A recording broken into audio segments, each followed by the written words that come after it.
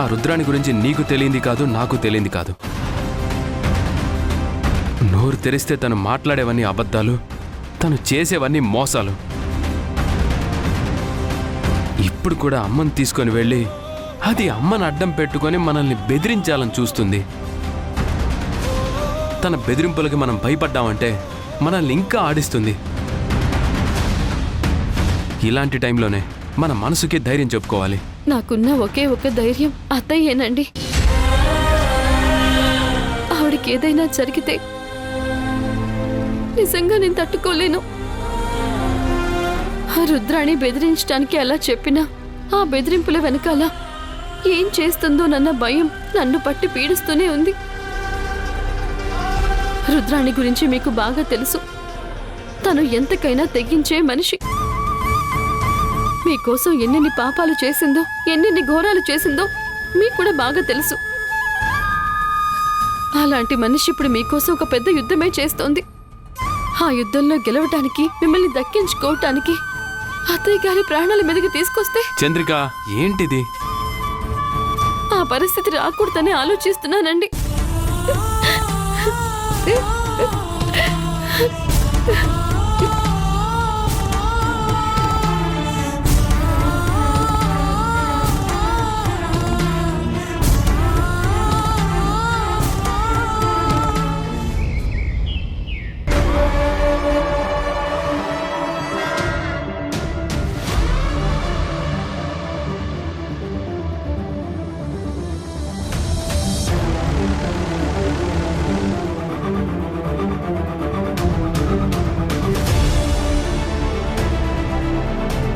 బాబు,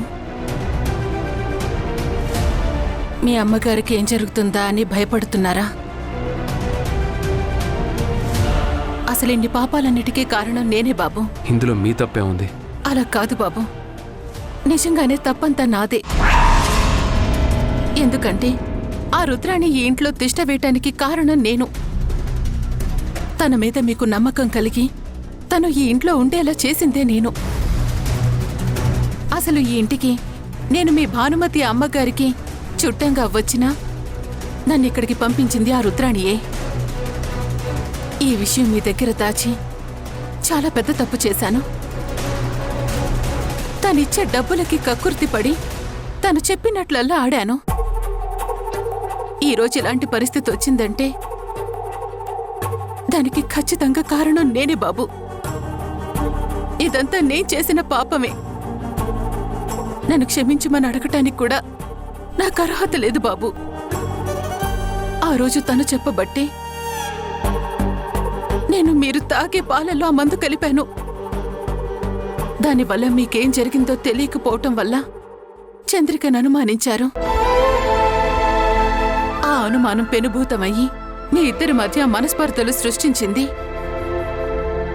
మీ ఇద్దరి మధ్య గ్యాప్కి కారణమైంది. అదే అవకాశంగా తీసుకొని రుద్రాణి ఇంట్లో తిష్ట వేసి మీకొక ఫ్రెండ్గా ఈ ఇంట్లో మిగిలిపోయింది. ఆ రోజు నేను చేసిన తప్పు వల్ల ఏకంగా మీ భార్యాభర్తలు విడిపోయే స్థితికి వెళ్ళిపోయారు బాబు.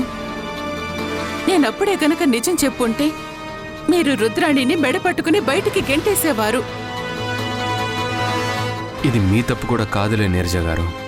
ఎందుకంటే ఆ రోజు నేను కూడా మూర్ఖంగా ప్రవర్తించానే తప్ప నా చంద్రిక ఎందుకు ఇలాంటి పని చేస్తుందని ఒక్క క్షణం కూడా ఆలోచించలేకపోయాను. భానుమతమ్మ అప్పటికీ చెప్తూనే ఉంది, చంద్రికని అనుమానించొద్దురా అన్నా గాని నేను మూర్ఖత్వంతో వినలేదు. అమ్మకి తన మీదున్న నమ్మకంతో కనీసం 10వ వంతు నాకున్నా నేను కన్నబిడ్డతో కలిపి చంద్రికని బయటికి పంపించుండేవాణ్ణే కాదు. ఆ రుద్రాణిని నా జీవితంలోకి రానిచ్చేవాణ్ణే కాదు. నువ్వు డబ్బు కోసం రుద్రాణి చెప్పినట్టల్లా ఆడితే నేను అనుమానపు జబ్బుతోటి నా భార్యను నేను అనుమానించాను. ఎన్నో రకాలుగా అవమానించాను. మన చుట్టూ కొందరు చెడ్డవాళ్ళు చేరుతున్నారంటే దానికి కారణం చుట్టూ ఉన్న మనుషులది కాదు, వాళ్ళని చేరనిచ్చిన మనది తప్పు. చంద్రిక లాంటి మంచి మనిషిని దూరం చేసుకొని రుద్రాణి లాంటి మనిషిని నా జీవితంలోకి రానిచ్చాను చూడు, అది నేను చేసిన తప్పు. ఇందులో నువ్వు కారణం అనుకోవడానికి వీల్లేదు. మీకు రుద్రాణి గురించి నేను కొత్తగా చెప్పాల్సిన పని లేదు.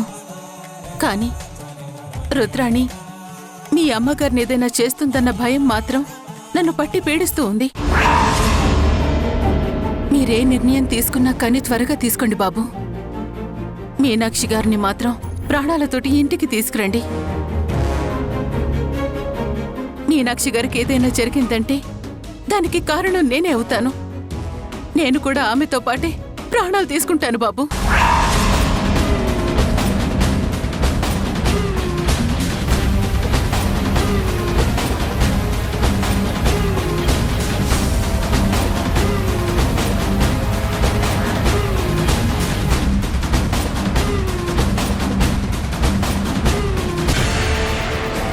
భరత్ గారు. రా విక్రమ్. ఏంటి భరత్ గారు, మీరు ఆ రుద్రాణి గురించి ఆలోచిస్తున్నారు కదా? మా అమ్మ గురించి ఆలోచిస్తున్నాను. నిజంగా రుద్రాణి ఇలాంటి పని చేస్తుందని నేను అస్సలు ఊహించలేదు. నాకు తెలిసిన రుద్రాణి వేరు, ఇప్పుడు నేను చూస్తున్న రుద్రాణి వేరు.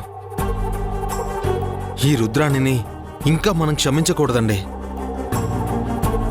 దయచేసి తను ఎక్కడుందో, మీకేదైనా ఇన్ఫర్మేషన్ వస్తే మీరు నిర్ణయం తీసుకునే ముందు తను ఎక్కడుందో నాకు అడ్రస్ చెప్పండి. దేనికి? ఎందుకో తనని ముక్కలు ముక్కలుగా చేసి చంపేస్తాను. ఏం మాట్లాడుతున్నావు విక్రమ్? నాకు తెలుసండి, నా నోటి నుంచి ఇలాంటి మాటలు వస్తాయని మీరు ఊహించుండరు. మీరే కాదు, నేను కూడా రుద్రాణిని ఇలా తిడతానని కూడా నేను ఊహించలేదు. ఎందుకంటే రుద్రాణి ఏం చేసినా తన పక్షాన నేను ఎప్పుడూ నిలబడేవాణ్ణి. మా అమ్మ ఎన్నిసార్లు రుద్రాణిని తక్కువ చేసి మాట్లాడినా, తన గురించి తప్పుగా మాట్లాడినా ఊరుకునేవాణ్ణే కాదు.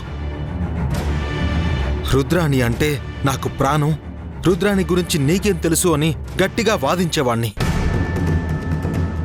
కానీ రుద్రాణి ఏంటో మా అమ్మ తెలుసుకున్నంతగా నేను తెలుసుకోలేకపోయానని ఫస్ట్ టైం నేను సిగ్గుపడుతున్నానండి. నువ్వే కాదు విక్రమ్, నేను కూడా రుద్రాణి విషయంలో చాలా మోసపోయాను. నువ్వు ఎలా అయితే రుద్రాణిని అభిమానించావో, నేను కూడా రుద్రాణిని ఒక ఫ్రెండ్గా అభిమానించాను, ఆదరించాను. తను ఏం చెప్పినా నా మంచి కోసమే అనుకునేవాణ్ణి. తను ఆడిచ్చినట్టల్లా ఆడాను. చివరికి కట్టుకున్న భార్యని కూడా ఆ రుద్రాణి చెప్పిన మాటలు నమ్మి అవమానించి ఇంట్లో నుంచి గెంటేశాను. ఇప్పుడు నేను చేసిన పనికి ఇప్పుడు నేను కుమిలిపోతున్నాను.